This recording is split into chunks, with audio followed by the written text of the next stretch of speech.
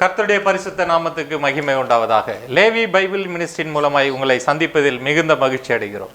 கர்த்ததாமே உங்களை ஆசீர்வதிப்பாராக. நாம் இன்றைக்கு தியானிக்க போகின்ற தேவ செய்தியின் தலைப்பு காயின் ஆபேல் காணிக்கை. இந்த செய்தியின் 2 பாகங்களை முதலாவது நாம் பார்த்தோம். இது 3வது பாகம். காயின் ஆபேல் காணிக்கை என்பது பணம் சம்பந்தமானது அல்ல. அது ஒரு மனிதன் கர்த்தருக்கு பிரியமாய் எப்படி வாழ வேண்டும் என்பது சம்பந்தமானது. அது காயின் ஆபேல் பெற்றோர்கள் நிமித்தமாக வந்த பாவத்தின் நிமித்தமாக அடிக்கப்பட போகிற இயேசு கிறிஸ்துவை குறித்ததான ஒரு ரகசியமாய் இருக்கிறது. இயேசு கிறிஸ்துவை மையப்படுத்திய ஒரு காரியமாய் இருக்கிறது. அது பணத்தை கொடுக்கிற ஒரு காணிக்கை அல்ல. நாம் ஆதாமும் ஏவாளும் பாவம் செய்துவிட்டபடியினால் அவர்கள் மரணத்துக்குரியவர்களாய் மாறிவிட்டார்கள். அந்த மரணத்திலிருந்து அவர்களை காப்பாற்றும்படியாக மீண்டும் ஏதேன் தோட்டத்திற்குள் அவர்கள் செல்லும்படியாக தேவன் அவர்களுக்கு தன்னுடைய அடிக்கப்பட்ட ஆட்டுக்குட்டியின் தோலை இரட்சிப்பின் வஸ்திரமாக நிழலாட்டமாக கொடுத்தார். அந்த அடிக்கப்பட்ட ஆட்டுக்குட்டியின் தோலினுடைய வஸ்திரத்தை தரித்தால் மட்டுமே அவர்களுடைய பாவம் மன்னிக்கப்பட்டு அவர்கள் மீண்டும் ஏதேன் தோட்டத்திற்குள் வர முடியும் என்று தேவன் அவர்களுக்கு நிழலாட்டமாய் சொன்னதை அவர்கள் நினைவு கூர்ந்து, நம்முடைய பாவம் மன்னிக்கப்பட வேண்டுமானால் நமக்காக இயேசு கிறிஸ்து வந்து அடிக்கப்பட்டு இரத்தம் சிந்தி அவருடைய சரீரத்தின் தோலை நமக்கு இரட்சிப்பின் வஸ்திரமாக கொடுத்தால் மட்டுமே நாம் பரலோகம் போக முடியும், ஏதேன் தோட்டத்திற்குள் போக முடியும் என்று தன்னுடைய பிள்ளைகளுக்கு சொல்லி கொடுத்து வளர்த்திருக்கிறார்கள்.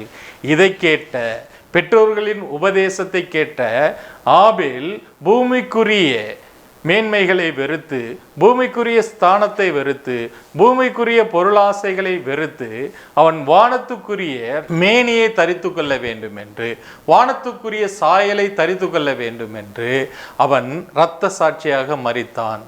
ஆனால் தன்னுடைய பெற்றோர்களின் உபதேசத்திற்கும் கர்த்தருடைய உபதேசத்திற்கும் செவி கொடுக்காமல் போன காயின் பூமிக்குரிய தன்மை உடையவனாக இருந்து தேவ சமூகத்தை விட்டு விரட்டப்பட்டான் என்று பார்த்தோம். ஆபேல் எப்படி வாழ்ந்தான் என்பதை குறித்து வேதம் எப்படி சாட்சி கொடுக்கிறது என்பதை குறித்தும் பார்க்க போகிறோம். எபிரேயரின் புஸ்தகம் 11வது அதிகாரம் 4வது வசனத்தை பார்ப்போம். விசுவாசத்தினாலே ஆபேல் காயினுடைய பலியிலும் மேன்மையான பலியை தேவனுக்கு செலுத்தினான். விசுவாசத்தினாலே ஆபேல் காயினுடைய பலியை காட்டிலும் மேன்மையான பலியை செலுத்தினான். இங்கு காயினை காட்டிலும் நல்ல பணத்தை காணிக்கையாக கொடுத்தான் என்பது அர்த்தமல்ல. அவன் காயின் உலகத்தின் சிந்தையோடு வாழ்ந்தவன், காயின் உலகத்துக்குரிய ஞானத்தோடு வாழ்ந்தவன். காயினுக்குள்ளே விரோதம் இருந்தது, பகை இருந்தது, வைராக்கியம் இருந்தது, பொய் இருந்தது, கொலை செய்கிற துர்ச்செய்கைகள் இருந்தது. அவன் பூமிக்குரிய ஞானத்தை உடையவனாக இருந்தான். அவன் ஜென்ம சுபாவத்துக்குரியவனாக இருந்தான். அவன் பேய்தனத்துக்கு அடுத்த குணத்தை உடையவனாக இருந்தபடியினால் அவனுடைய காணிக்கையை போல ஆபேல் செலுத்தாமல் தேவனுக்கு பிரியமுள்ள வாழ்க்கை வாழ்ந்து தன்னையே ஜீவ பலியாக ஒப்பு கொடுத்து வாழ்ந்த பலியைத்தான் இங்கு வேதம் குறிப்பிடுகிறது. ஆபேல் எப்படி சாட்சி உள்ள ஒரு வாழ்க்கை வாழ்ந்தான் என்பதை வேதம் சொல்கிறது. எபிரேயரின் புஸ்தகம் 11வது அதிகாரம் 4வது வசனத்தை வாசிப்போம். விசுவாசத்தினாலே ஆபேல் காயினுடைய பலியிலும் மேன்மையான பலியை தேவனுக்கு செலுத்தினான். அதனாலே அவன் நீதிமான் என்று சாட்சி பெற்றான். அவனுடைய காணிக்கைகளை குறித்து தேவனே சாட்சி கொடுத்தார். இங்கு அவனுடைய காணிக்கைகளை குறித்து தேவனே சாட்சி கொடுத்தார். ஆபேல் விசுவாசம் உள்ள ஒரு வாழ்க்கை வாழ்ந்தான், நீதி உள்ள வாழ்க்கை வாழ்ந்தான். இந்த விசுவாசமும் நீதியும் அவனுக்கு எங்கிருந்து வந்தது? அவனுக்கு அவன் பெற்றோர்கள் சொல்லிக் கொடுத்த விசுவாசம்தான். தேவன் ஒரு நாள் நமக்காக அடிக்கப்பட்டு நம்மை இந்த பாவத்திலிருந்து மீட்கும்படியாக, அந்த பாவத்திலிருந்து மீட்கின்ற நாளை நினைவுபடுத்தும்படியாக அவன் ஒரு ஆட்டை பலியாக செலுத்தினான். இதுதான் ஆபேல் செலுத்திய காணிக்கை. ஆனால் காயினோ தன்னுடைய பாவத்தை குறித்து அவன் ஒரு நாளும் சிந்திக்கவே இல்லை. அவன் பூமிக்குரிய நாணத்தை உடையவனாக வாழ்ந்து காட்டினான். பூமிக்குரிய நாணமாகிய விரோதம் அவனுக்குள்ளே இருந்தது, பகை அவனுக்குள்ளே இருந்தது, எரிச்சல் அவனுக்குள்ளே இருந்தது, பொய் அவனுக்குள்ளே இருந்தது, துர்ச்செய்கைகள் அவனுக்குள்ளே இருந்தது, கொலை அவனுக்குள்ளே இருந்தது. அவன் மனம் திரும்ப மனம் இல்லாமல் தேவ சமூகத்தை விட்டு போனாலும் பரவாயில்லை, நான் இந்த பூமியில் நிலைத்திருக்க வேண்டும் என்று விரும்பினான். பூமியிலே அவன் பணங்களை சம்பாதிக்கவே விரும்பினான். அப்படிப்பட்ட ஆசை உடையவனாய் காயின் இருந்தபடியினால் காயினை கர்த்தர் அங்கீகரிக்கவில்லை. காயினுடைய காணிக்கையையும் கர்த்தர் அங்கீகரிக்கவில்லை. காயின் எப்படிப்பட்ட வாழ்க்கை வாழ்ந்தான், காயினை அந்த நிலைமைக்கு தள்ளியது யார் என்று வேதம் சொல்கிறது. 1 யோவான் 3வது அதிகாரம் 12வது வசனத்தை வாசிக்க கேட்போம். பொல்லாங்கானால் உண்டாயிருந்து தன் சகோதரனை கொலை செய்த காயினை போல் இருக்க வேண்டாம். அவன் எது நிமித்தம் அவனை கொலை செய்தான்? தன் கிரியைகள் பொல்லாதவைகளும் தன் சகோதரனுடைய கிரியைகள் நீதி உள்ளவைகளுமாய் இருக்கிறதுனாலே நிமித்தம்தானே. இங்கு காயின் யாராலே வளர்க்கப்படுகிறான்? அவன் பொல்லாங்கனால் வளர்க்கப்படுகிறான். பொல்லாங்கன் அவனுக்குள்ளே போய் அவனுக்கு பூமிக்குரிய நாணத்தை கொடுத்து, பகையும் விரோதத்தையும் கொடுத்து, பொய்யை கொடுத்து, கொலை பண்ணுகிற இருதயத்தை கொடுத்து, தன் சகோதரனை பகைக்கிற இருதயத்தை கொடுத்து பொல்லாங்கனுக்குரியவனாகவே காயின் வளர்ந்து விட்டான். அவனுடைய செய்கைகள் துர்ச்செய்கைகள் என்பதை அவன் அறிந்தும் அவன் நீதிமானாய் வாழ்கிற, சுத்தமாய் வாழ்கிற ஆபேலை பகைக்க ஆரம்பித்து விட்டான். இங்கு தன்னுடைய பெற்றோர்களின் வித்தாக ஆபேல் காணப்பட்டான்.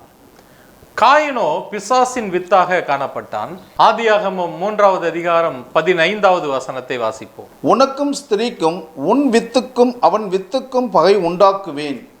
அவர் உன் தலையை நசுக்குவார், நீ அவர் குதிகாலை நசுக்குவாய் என்றார். இங்கு தேவனாகிய கர்த்தர் சர்ப்பத்தை பார்த்து ஒரு தீர்க்க தரிசனமாக ஒரு விஷயத்தை சொல்கிறார். உன் வித்துக்கும் ஸ்ரீயின் வித்துக்கும் பகையை உண்டாக்குவேன், அவர் உன் தலையை நசுக்குவார், நீ அவருடைய குதிகாலை நசுக்குவாய் என்று தீர்க்க தரிசனமாக ஒரு காரியத்தை குறிப்பிடுகிறார்.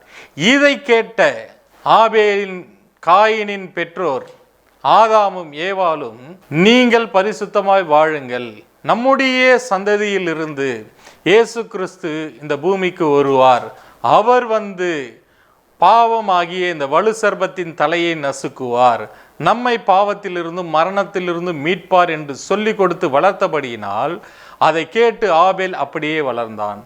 ஆனால் அந்த பாவத்தை உணராதவனாக காயின் வளர்ந்தான். பிசாசுக்கு யாரெல்லாம் நீதிமான்களாக வாழ்கிறார்களோ அவர்களை நசுக்க வேண்டும் என்பதே பிசாசின் நோக்கமாய் இருந்தது.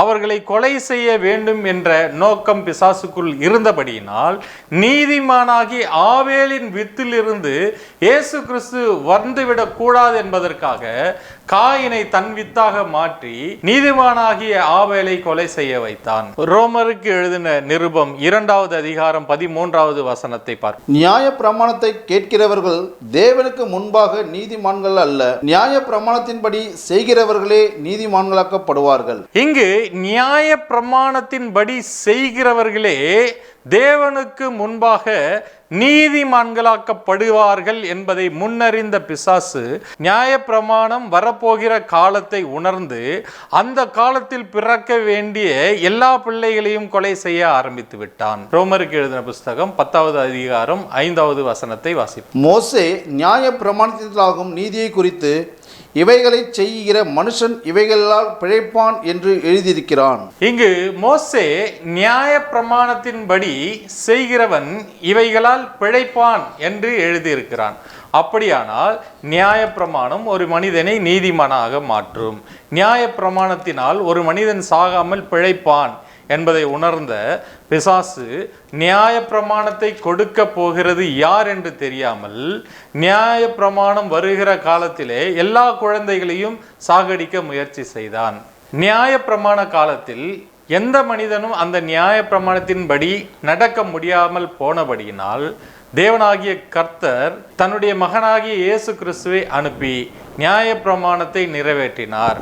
ரோமருக்கு எழுதின புஸ்தகம் 8வது அதிகாரம் 3வது வசனத்தை பார்ப்போம். அது எப்படியெனில், மாம்சத்தினாலே பலவீனமாயிருந்த நியாயப்பிரமாணமா செய்யக்கூடாததை தேவனே செய்யும்படிக்கு தம்முடைய குமாரனை பாவ மாம்சத்தின் சாயலாகவும் பாவத்தை போக்கும் பலியாகவும் அனுப்பி மாம்சத்திலே பாவத்தை ஆக்கினைக்குள்ளாக தீர்த்தார். இங்கு நியாயப்பிரமாணம் செய்யக்கூடாததை, அதனால ஒரு மனிதன் நீதிமானாக முடியாது, அதனால ஒரு மனிதனும் பிழைக்க முடியாது என்று அறிந்த கர்த்தர் நியாய பிரமாணத்தின்படி நடக்கும்படியாக தன்னுடைய மகனை அனுப்பி நியாய பிரமாணத்தை நிறைவேற்றி விசுவாச பிரமாணத்தை கொண்டு வந்தார். விசுவாச பிரமாணத்தின்படியாக ஒரு மனிதன் நீதிமானாக மாற முடியும். விசுவாச பிரமாணத்தின்படியாக ஒரு மனிதன் நித்திய ஜீவனை அடைய முடியும் என்ற விசுவாச பிரமாணத்தை கொண்டு வந்த அந்த காலத்திலும் ஒரு நீதிமானும் வாழ்ந்துவிடக் கூடாது என்று பிசாசு அன்றைக்கும் பிள்ளைகளை கொலை செய்ய ஆரம்பித்து விட்டான். ரோமருக்கு எழுதின புஸ்தகம் 3வது அதிகாரம் 28வது வசனத்தை வாசிப்போம். ஆதலால் மனுஷன் நியாய பிரமாணத்தின் கிரியில் அல்லாமல் விசுவாசத்தினாலே நீதிமானாக்கப்படுகிறான் என்று தீர்க்கிறோம். இங்கு நியாய பிரமாணத்தினாலே அல்ல, விசுவாச பிரமாணத்தினாலே மனுஷன் நீதிமானாக்கப்படுகிறான். ரோமர் 1வது அதிகாரம் 17வது வசனத்தை பார்ப்போம். விசுவாசத்தினாலே நீதிமான் பிழைப்பான் என்று எழுதியிருக்கிறபடி விசுவாசத்தினாலே உண்டாகும் தேவ நீதி விசுவாசத்திற்கென்று அந்த சுவிசேஷத்தினால் வெளிப்படுத்தப்படுகிறது. இந்த விசுவாசத்தினால் மனிதர்கள் நீதிமானாக்கப்படுகிறார்கள், விசுவாசத்தினால் அவர்கள் நித்திய ஜீவனை பெறப்போகிறார்கள் என்பதை அறிந்த சாத்தான் அன்று யார் மூலமாக விசுவாச பிரமாணம் வரப்போகிறது என்பதை உணராமல், அன்று யார் மூலமாக இந்த விசுவாச பிரமாணம் வரப்போகிறது என்பதை தெரியாமல் அன்றைய காலகட்டத்தில் பிறந்த குழந்தைகள் எல்லாம் கொலை செய்ய ஆரம்பித்தான். எப்படி நீதிமானாகிய ஆபேலை கொலை செய்தானோ, நியாய பிரமாணத்தின் மூலமாக நீதிமான்கள் வருவார்கள், நியாய பிரமாணத்தின் மூலமாக பிழைப்பார்கள் என்று உணர்ந்து யார் மூலம் நியாய பிரமாணம் வரப்போகிறது என்று தெரியாமல் அன்றைய காலகட்டத்தில் பிறந்த எல்லா குழந்தைகளையும் கொல்ல முயற்சி செய்ததை போல விசுவாச பிரமாணத்தினாலே அநேகர் நீதிமான்களாக்கப்படுவார்கள், அநேகர் பிழைப்பார்கள் என்று உணர்ந்து விசுவாச பிரமாணத்தை கொண்டு வரப்போகிறவர் யார் என்று தெரியாமல் அவன் அன்றைய காலகட்டத்தில் பிறந்த எல்லா பிள்ளைகளையும் கொலை செய்ய ஆரம்பித்து விட்டான். அவனுடைய நோக்கம் யாருமே நீதிமான்களாக மாறிவிடக்கூடாது, யாருமே விசுவாசிகளாய் மாறிவிடக்கூடாது. நீதிமான்களாய் யாரெல்லாம் வாழ்கிறார்களோ அவர்களை தன்னுடைய வலையில் வீழ்த்த வேண்டும் என்று அவன் கர்ஜிக்கிற சிங்கத்தை போல சுற்றி திரிகிறவனாய் காணப்படுகிறான். 1 பேதுருவின் புஸ்தகம் 5வது அதிகாரம் 8வது வசனத்தை பார்ப்போம். தெளிந்த புத்தியுள்ளவராய் இருங்கள், விழித்திருங்கள், ஏனெனில் உங்கள் எதிராளியாகிய பிசாசானவன் கர்ஜிக்கிற சிங்கம் போல் எவனை விழுங்கலாமோ என்று வகை தேடி சுற்றித் திரிகிறான். இங்கு பிசாசானவன் கர்ஜிக்கிற சிங்கம் போல எவனை விழுங்கலாம் என்று வகை தேடி சுற்றித் திரிகிறான். ஆபேலை கொன்றதை போல, மோசேவை கொலை செய்ய நினைத்ததை போல, இயேசு கிறிஸ்துவை கொலை செய்ய நினைத்தது போல யாரெல்லாம் விசுவாச பிரமாணத்தை நோக்கி ஓடுகிறார்களோ, நீதியை நோக்கி ஓடுகிறார்களோ அவர்களை எல்லாம் கொலை செய்ய வகை தேடி சுற்றி திரிகிறான். சாத்தானுடைய தந்திரத்தினால் ஆதாமும் ஏவாளும் வஞ்சிக்கப்பட்டதை போல நாம் வஞ்சிக்கப்பட்டு விடாதபடிக்கு அவனுடைய தந்திரங்களை அறிந்து நாம் சத்தியத்தில் நடக்கிறவர்களாய் காணப்பட வேண்டும். 2 கொரிந்தியரின் புஸ்தகம் 2வது அதிகாரம் 11வது வசனத்தை பார்ப்போம். சாத்தானாலே நாம் மோசம் போகாதபடிக்கு அப்படி செய்தேன், அவனுடைய தந்திரங்கள் நமக்கு தெரியாதவைகள் அல்லவே. சாத்தானுடைய தந்திரங்கள் நமக்கு தெரியாதவைகள் அல்லவே. அவன் நம்மை நீதியில் நடக்கிறவனாய் இருக்க விட மாட்டான். இயேசு கிறிஸ்துவின் மேல் விசுவாசம் உள்ளவர்களாய் நடக்க விட மாட்டான். அவன் எப்படியாவது இயேசு கிறிஸ்துவின் மேல் உள்ள விசுவாசத்தை மறுதலித்து பாவத்தில் விழ வேண்டும் என்று தந்திரமான யோசனைகளை செய்து கொண்டிருக்கிறான். எபேசியரின் புஸ்தகம் 6வது அதிகாரம் 11வது வசனத்தை பார்ப்போம். நீங்கள் பிசாசின் தந்திரங்களோடு எதிர்த்து நிற்க திராணி உள்ளவர்களாகும்படி தேவனுடைய சர்வாயுத வர்க்கத்தை தரித்து கொள்ளுங்கள். இப்படித்தான் ஆபேலும் பிசாசை எதிர்த்து வாழ்ந்தான். அதாவது பிர்லாங்கனால் பிடிக்கப்பட்ட காயினை எதிர்த்து வாழ்ந்தான். இயேசு எப்படி வாழ்ந்து மரித்தாரோ அதே போலவே ஆபேலும் வாழ்ந்து மரித்தான். ரோமருக்கு எழுதின புஸ்தகம் 6வது அதிகாரம் 5வது வசனத்தை பார்ப்போம். ஆதலால் அவருடைய மரணத்தின் சாயலில் நாம் இணைக்கப்பட்டவர்களானால் அவர் உயிர்த்தெழுதலின் சாயலிலும் இணைக்கப்பட்டிருப்போம். இங்கு அவருடைய மரணத்தின் சாயலில் இணைக்கப்பட்டு அவருடைய உயிர்த்தெழுதலின் சாயலை தரித்தவனாக ஆபேல் மரித்தபடியினால்தான் அவன் மரித்தும் இன்னும் பேசிக் கொண்டிருக்கிறான். எபிரேயரின் புஸ்தகம் 11வது அதிகாரம் 4வது வசனத்தை பார்ப்போம். விசுவாசத்தினாலே ஆபேல் காயினுடைய பலியிலும் மேன்மையான பலியை தேவனுக்கு செலுத்தினான். அதனாலே அவன் நீதிமான் என்று சாட்சி பெற்றான். அவனுடைய காணிக்கைகளை குறித்து தேவனே சாட்சி கொடுத்தார். அவன் மரித்தும் இன்னும் பேசுகிறான். அவன் இயேசு கிறிஸ்துவை போல வாழ்ந்து மரித்து அவருடைய மரணத்தின் சாயலில் இணைக்கப்பட்டு உயிர்த்தெழுதலின் சாயலில் காணப்பட்டபடியினால்தான் அவன் மரித்தும் இன்னும் பேசிக் கொண்டிருக்கிறான். அவன் பூமிக்குரிய காரியங்கள் மீது முக்கியத்துவம் கொடுக்கவில்லை, பூமிக்குரிய ஸ்தானத்தை தேடவில்லை, பூமிக்குரிய மேன்மைகளை தேடவில்லை, பொருளாசை உடையவனாய் காணப்படவில்லை. பரலோகத்துக்குரிய மேனியை தரித்து கொள்ள வேண்டும், பரலோகத்துக்குரிய சாயலை தரித்து கொள்ள வேண்டும் என்ற ஒரே நோக்கத்தோடு அவன் இயேசு கிறிஸ்துவை போல வாழ்ந்து மரித்தபடியினால் இன்னும் உயிருள்ளவனாக காணப்படுகிறான். ஆனால் காயினோ தான் கண்கண்ட சகோதரனை கொலை செய்கிறவனாய் இருந்தான். தன் கண்கண்ட சகோதரனிடத்தில் அன்பு செலுத்தாதவனாக இருந்தான்.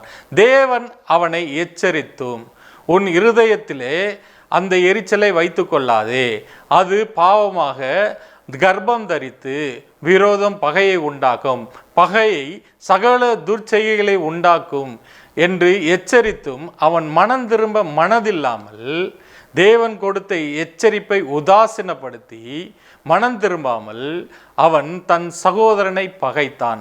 இதைதான் இயேசு கிறிஸ்து சொன்னார். மத்தேயு எழுதின சுவிசேஷம் 5வது அதிகாரம் 23வது வசனத்தை பார்ப்போம். ஆகையால் நீ பலிபீடத்தில் உன் காணிக்கையை செலுத்த வந்து உன் பேரில் உன் சகோதரனுக்கு குறை உண்டென்று அங்கே நினைவு கூறுவாயாகில். இங்கு நீ பலிபீடத்துக்கு உன் காணிக்கையை செலுத்த வரும்பொழுது உன் பேரில் உன் சகோதரனுக்கு ஒரு குறை உண்டென்று நினைவு கூறுவாயாகில் என்று எழுதியிருக்கிறது. இங்கு பலிபீடத்தில் செலுத்தப்பட வேண்டிய காணிக்கை பணமா? பலிபீடத்தில் காணிக்கை பெட்டியா இருக்கிறது. நாம் வீராவசமாக பேசும் பொழுது உன் காணிக்கை யாருக்கு வேண்டும்? முதலாவது நீ போய் உன் சகோதரனிடத்தில் மனம் திரும்பு. உன் காணிக்கையை பலிபீடத்தின் பெட்டியின் பக்கத்திலே வைத்துவிட்டு உன் சகோதரனிடத்தில் ஒப்புரவாகி விட்டு வந்து உன் காணிக்கையை பெட்டியில் போடு என்பார்கள். பலிபீடத்திலே எங்கே காணிக்கை இருந்தது? பலிபீடத்திலே செலுத்த வேண்டியது குற்ற நிவாரண பலி. அது காணிக்கை அல்ல, அது பணம் அல்ல.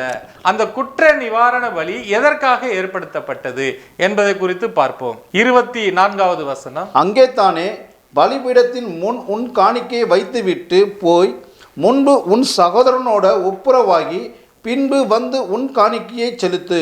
இங்கு இயேசு கிறிஸ்து பலிபீடத்தில் உன் காணிக்கையை வைத்துவிட்டு என்றால் குற்ற நிவாரண பலியாக நீ செலுத்த வந்திருக்கிற உன் காணிக்கையை இங்கு வைத்துவிட்டு. எதற்காக இந்த காணிக்கை ஏற்படுத்தப்பட்டுள்ளது?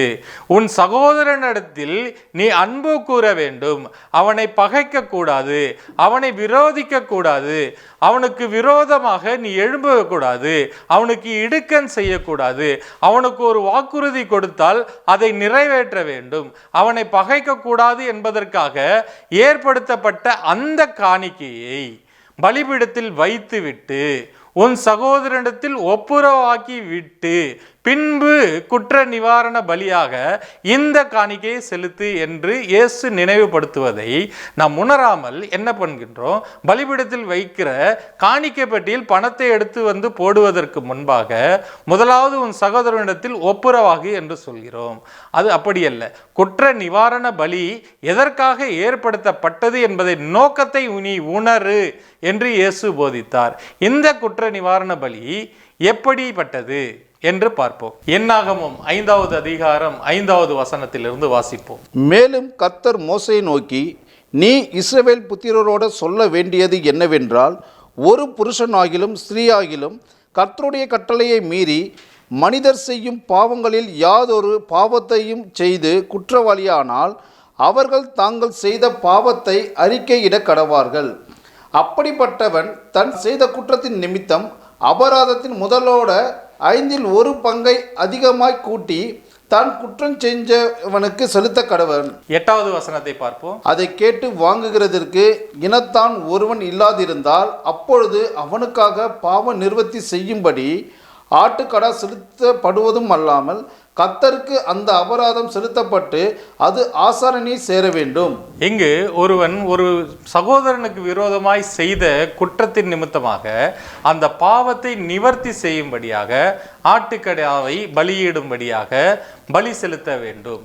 இந்த பலியைத்தான் பலிபீடத்தில் கொண்டு வந்தான். இந்த பலிபீடத்தில் கொண்டு வந்த காணிக்கையை வைத்துவிட்டு எந்த நோக்கத்திற்காக இந்த கட்டளையை தேவன் உருவாக்கினார் என்பதை நீ உணர்ந்து முதலாவது உன் சகோதரனிடத்தில் ஒப்புரவாகு, பின்பு வந்து காணிக்கையை செலுத்து என்றார். இதைதான் லேவியராகமும் 6வது அதிகாரம் 2வது வசனத்திலிருந்து 7வது வசனம் வரை வாசிக்க பார்ப்போம். ஒருவன் கர்த்தருக்கு விரோதமாய் அநியாயம் செய்து தன் வசத்தில் ஒப்புவிக்கப்பட்ட பொருளிலாவது கொடுக்கல் வாங்கலிலாவது தன் அயலானுக்கு மாறாட்டம் பண்ணி அல்லது ஒரு வஸ்துவை பலாத்காரமாய் பறித்து கொண்டு அல்லது தன் அயலானுக்கு இடுக்கண் செய்து அல்லது காணாமற் போனதை கண்டடைந்தும் அதை மறுதலித்து அதை குறித்து பொய்யானையிட்டு மனிதர் செய்யும் இவை முதலான யாதொரு காரியத்திலும் பாவம் செய்தானாயாகில் அவன் செய்த பாவத்தினாலே குற்றவாளியானபடியால் தான் பலாத்காரமாய் பறித்து கொண்டதையும் இடுக்கண் செய்து பெற்று கொண்டதையும் தன் வசத்திலே ஒப்புவிக்கப்பட்டதையும் காணாமற் போயிருந்து தான் கண்டெடுக்கப்பட்டதையும் பொய்யானையிட்டு சம்பாதித்த பொருளையும் திரும்ப கொடுக்க கடவன். இங்கு தன்னுடைய சகோதரனுக்கு விரோதமாய் சக மனிதர்களுக்கு விரோதமாய் செய்யும் குற்றங்களை உணர்ந்து அதை செய்யாதபடிக்கு மீண்டும் அவனிடத்தில் ஒப்புரவாக வேண்டும். அதற்கான பலியையும் செலுத்த பலிபீடத்திற்கு வந்து பலி செலுத்தும் காணிக்கையை தான் இயேசு கிறிஸ்து குறிப்பிடுகிறார். 6வது வசனத்தை வாசிப்போம். தன் குற்ற நிவாரண பலியாக உன் மதிப்புக்கு சரியான பழுதற்ற ஆட்டுக்கடாவை கர்த்தருக்கு செலுத்தும்படி அதை ஆசாரனுக்கு குற்ற நிவாரண பலியாக கொண்டு வருவானாக. கர்த்தருடைய சந்நிதியில் அவன் பாவத்தை ஆசாரியன் நிவர்த்தி செய்ய கடவன். அப்பொழுது அவன் குற்றவாளியாக செய்த அப்படிப்பட்ட எந்த காரியமும் அவனுக்கு மன்னிக்கப்படும் என்றார். இப்படி அவனுடைய பாவம் மன்னிக்கப்பட வேண்டுமானால் அவன் தான் செய்த குற்றத்தை, தன் சகோதரனுக்கு விரோதமாய் செய்த குற்றத்தை உணர்ந்து முதலாவது தன் சகோதரனிடத்தில் ஒப்புரவாகி விட்டு வந்து இந்த காணிக்கையை இயேசு செலுத்த சொல்கிறார். இப்படி கர்த்தர் காயினை எச்சரித்தும் காயின் தன் சகோதரனிடத்தில் ஒப்புரவாகாமல் அவன் மேல் விரோதம் பாராட்டி அவனை கொலை செய்தான். இப்படி காயின் மனம் மாறாமல் தன் சகோதரனாகிய ஆபேலை கொலை செய்தான். குற்ற நிவாரண பலியாக செலுத்தப்பட வேண்டிய பாவ பலியையும் அவன் செலுத்தவில்லை. கர்த்தருடைய சமூகத்தை விட்டு விலகி ஓடிவிட்டான். காயினும் ஆபேலையும் குறித்து நாம் இன்னும் அடுத்த பாகத்தில் பார்ப்போம். God bless you. ஜெபிப்போமா. பரலோகத்தில் இருக்கிற பரமபிதாவே, ஆண்டவரும் இரட்சகருமாகிய இயேசு கிறிஸ்து நாமத்தினாலே யாரெல்லாம் இந்த தொலைக்காட்சி மூலியமாய் பார்த்து கொண்டிருக்கிறார்களோ, ஆண்டவரே, வியாதியோடும் கண்ணீரோடும் பலவிதமான கவலையோடும் பலவிதமான துக்கங்களோடு இருக்கிறார்களோ, ஒவ்வொரு வாழ்க்கையிலும் ஆண்டவரும் இரட்சகருமாகிய இயேசு கிறிஸ்து நாமத்தினாலே இப்போதே ஒரு சுகம் கிடைக்கட்டுமோப்பா, ஒரு விடுதலை கிடைக்கட்டுமோப்பா. ஒவ்வொருவரும் ஆண்டவரே சமாதானத்தோடு ஆசீர்வாதத்தோடு ஆண்டவரே அப்பா வாழ என் தேவன் கிருபை செய்வீராக. ஒவ்வொரு மக்களும் ரட்சிக்கப்படும்படி கிருபை செய்வீராக. யாரெல்லாம் இந்த சத்திய வசனங்களை கேட்டார்களோ ஆண்டவரே, அவர்கள் மீது என் தேவனாகிய கர்த்தர் வைத்திருக்கிற தரிசனங்களும் திட்டங்களும் நோக்கங்களும் நிறைவேற என் தேவன் கிருபை செய்வீராக. ஆண்டவரே, ஒவ்வொருவரும் ஆண்டவரே கர்த்தருக்காய் ஊழியம் செய்ய, ஆண்டவரே கர்த்தருடைய நோக்கத்தை திட்டத்தை அறிந்து கொள்ள என் தேவன் கிருபை செய்வீராக. ஆண்டவரே, இந்த கடைசி காலங்களிலே ஒவ்வொருவரும் எழுந்து உம்முடைய வார்த்தைகளை பிரசங்கிக்கிறவர்களாய் மாற என் தேவன் கிருபை செய்வீராக. உம்முடைய நாமம் ஆண்டவரே இந்த இந்திய தேசம் முழுவதுமாய் பிரசங்கிக்கப்பட என் தேவன் கிருபை செய்வீராக. செய்வீராக. ஆண்டவரே, இந்த சத்தத்தை கேட்டு ஆண்டவரே, யாரெல்லாம் ஆண்டவரே கண்ணீரோடு கவலையோடு துக்கத்தோடு இருக்கிறார்களோ ஆண்டவரே, உம்முடைய ஆண்டவரே வல்லமையின் கரத்தை வைத்து சுகத்தையும் விடுதலையும் ரட்சிப்பையும் தந்து நீரே மெய்யான தேவன் என்று அறிந்து கொள்ள என் தேவன் கிருபை செய்வீராக. நீர் அப்படியாய் ஒவ்வொருவரையும் தொட்டு ஆசீர்வதித்த கிருபைகளுக்காய் நன்றி. இதுக்குண்டான சகல மகிமையும் ஒருவருக்கு மாத்திரம் செலுத்துகிறோம். ஆண்டவர் இரட்சகருமாகிய இயேசு கிறிஸ்து நாமத்தினால் ஜெபிக்கிறோம் பிதாவே, ஆமீன். இதுவரை தேவனுடைய வார்த்தையை கேட்ட உங்கள் யாவரையும் இயேசு கிறிஸ்துவின் நாமத்தில் உங்களை ஆசீர்வதிக்கிறோம். லேவி பைபிள் மினிஸ்ட்ரி என்கிற யூடியூப் சேனலை நீங்கள் சப்ஸ்கிரைப் செய்து அதன் மூலம் வேதத்தின் ரகசியங்களை நீங்கள் அறிந்து கற்றுக்கொள்ளலாம். மேலும் நேரில் வந்து படிக்க விரும்புகிறவர்கள் கர்த்தரின் சேனை ஊழியங்கள் மூலமாக அம்பத்தூர், மதுராந்தகம், கூவத்தூர் ஆகிய இடங்களில் வந்து படிக்கலாம். எங்களை தொடர்பு கொள்ள வேண்டிய தொலைபேசி எண்கள் 6382202310 99 401445 408 7904778 7918 9500100713. கர்த்தர் உங்களை ஆசீர்வதிப்பாராக.